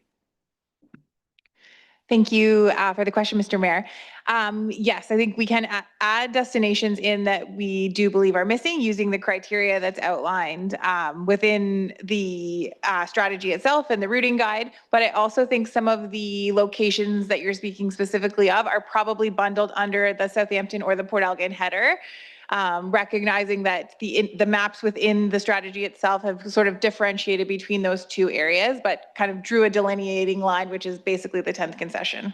There's some other things too, though, like even in the towns themselves, like in Port Elgin, for example, there's a hub listed, a sign at the Port Elgin Library where where a very intensive set of signs looks like would be that would sort of point you in every direction in Port Elgin.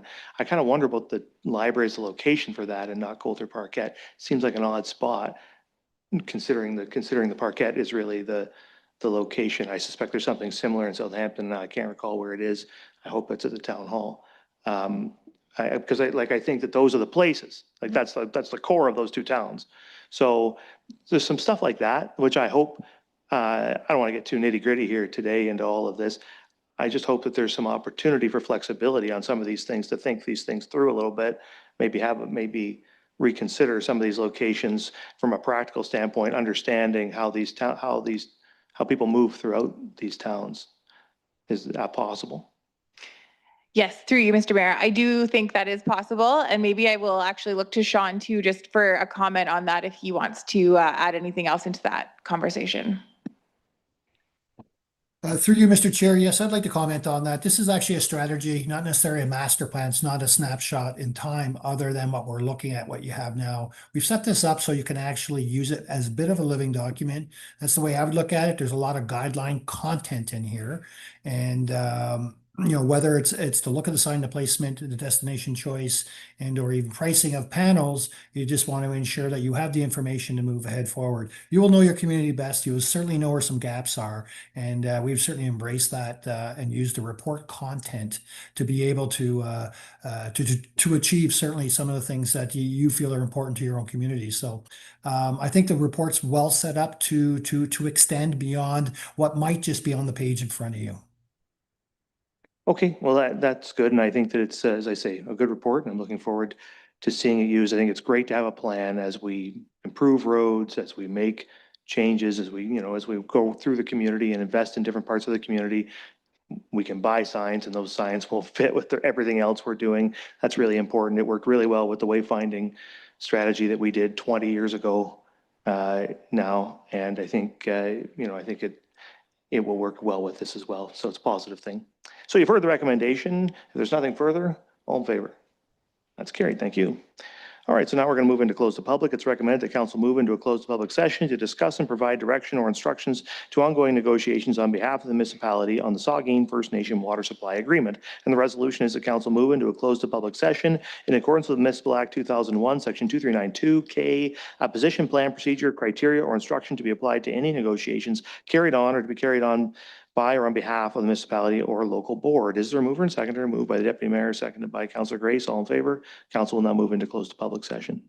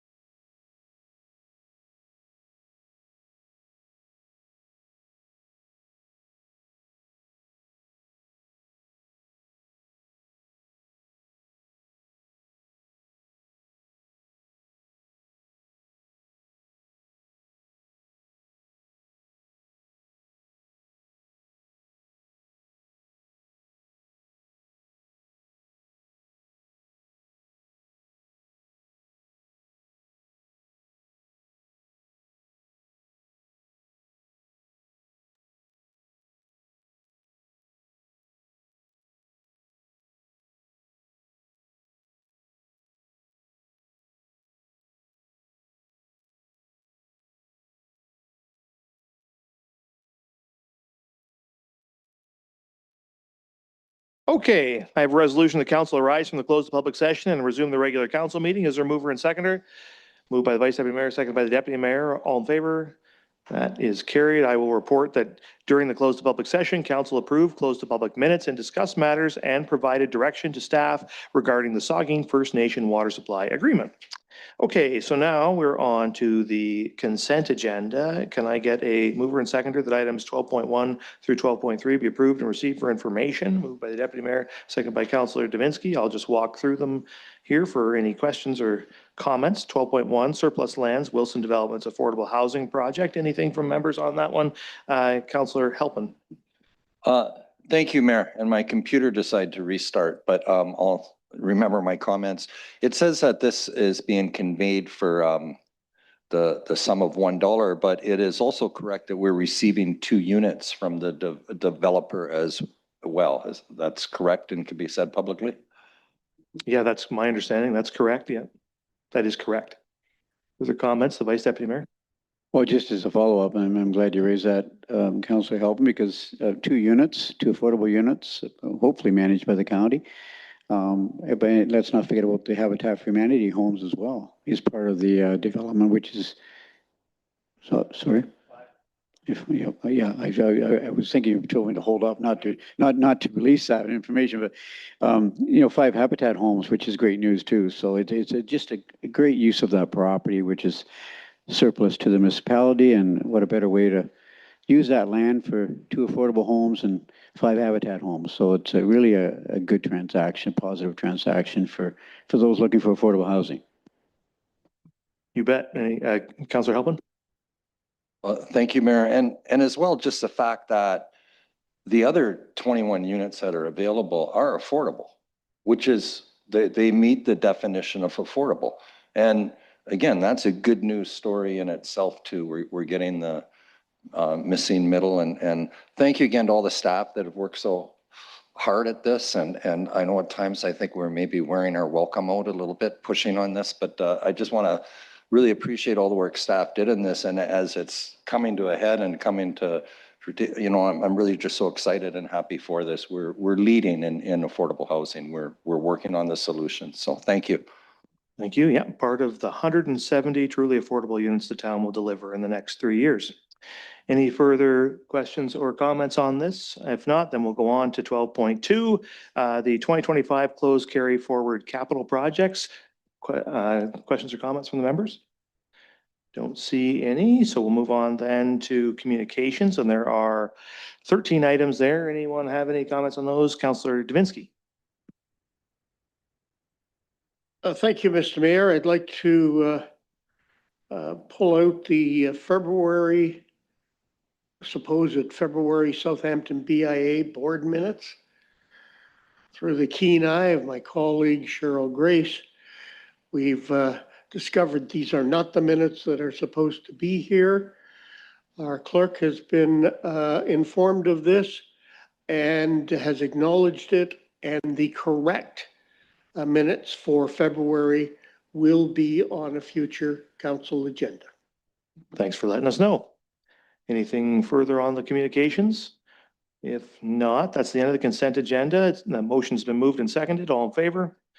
That is carried. And now we'll move on to bylaws. 3 bylaws. There anybody wish to consider any of those individually? Seeing no such request, the resolution is that bylaws 33-2026, 34, 2026, and 35, 2026 are hereby read, passed, and sealed this 13th day of April, 2026. Is there a mover and seconder? Vice Deputy Mayor and Councillor Davinsky. Discussion. Councillor Grace.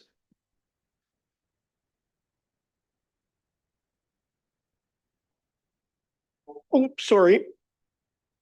Thank you. Just a small one that in 15.3, Morgan McCullough's last name is spelled incorrectly. Thanks. Okay, I'm sure that correction can be made. Are there any further questions or comments? If not, then all in favor? That is carried. And then 16, the confirmatory bylaw, the bylaw 36-2026, being a bylaw to confirm the proceedings of the Council of the Town of Saugeen Shores, is hereby read, passed, and sealed this 13th day of April, 2026. Is there a mover and seconder? Moved by Halpin, seconded by Grace. All in favor? That is carried. And finally, a resolution of this regular council meeting of April 13th, 2026 hereby adjourns at 8:48 p.m. Is there a mover and seconder? Moved by Duhaime, seconded by Davinsky. All in favor, and council stands adjourned. Have a good night, everybody.